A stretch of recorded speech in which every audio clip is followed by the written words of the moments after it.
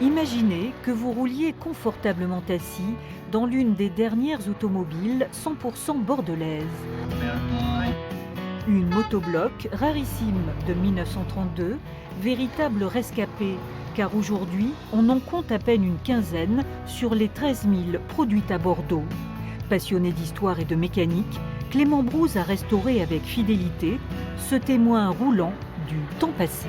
Elle a vraiment l'intérêt de nous raconter une histoire. Grâce à elle, on sait à quoi ressemblait le tissu de chez Motobloc dans les années 30, on sait comment était appareillée la voiture, quels étaient les accessoires, de quelle manière ils étaient montés. Tout ça, ce sont des petits détails, mais c'est tous ces petits détails qui racontent la grande histoire de la marque.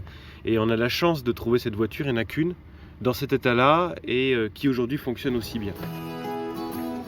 Longtemps oublié, Motobloc voit le jour en 1902, créé par deux Auvergnats dans le quartier de la Bastide. Une usine florissante, l'un des principaux employeurs de la ville, avec 1500 salariés. Son principal atout, c'est sa technique révolutionnaire qui a inspiré le nom de la marque. Ce sont les premiers à avoir inventé le concept du bloc moteur. C'est-à-dire ce que vous avez sur votre voiture aujourd'hui, où dans le même carter on a le moteur, la boîte et l'embrayage, c'est Motobloc qui est à l'origine de ça.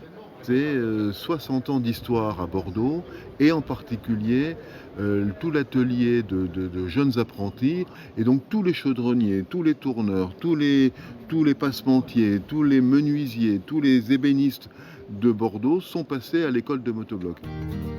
Devenu le spécialiste, Clément Brouze a restauré cet autre modèle centenaire acquis par un viticulteur girondin. Cette automobile date de 1921. L'AOD est plus sophistiquée, plus rutilante. Alors Clément, vous fier de la belle mécanique? Et pourtant évocatrice du déclin de Motobloc qui a fermé son usine en 1961. Ils ont raté un virage, les pauvres.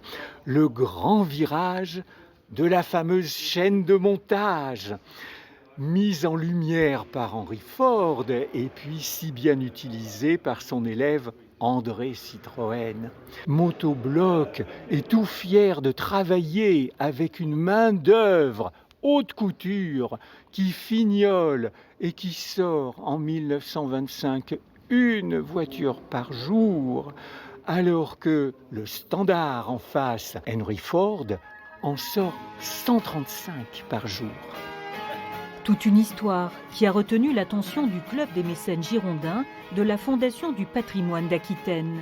6 entreprises ont soutenu la restauration de la Motobloc de 1932 à hauteur de 8 000 €.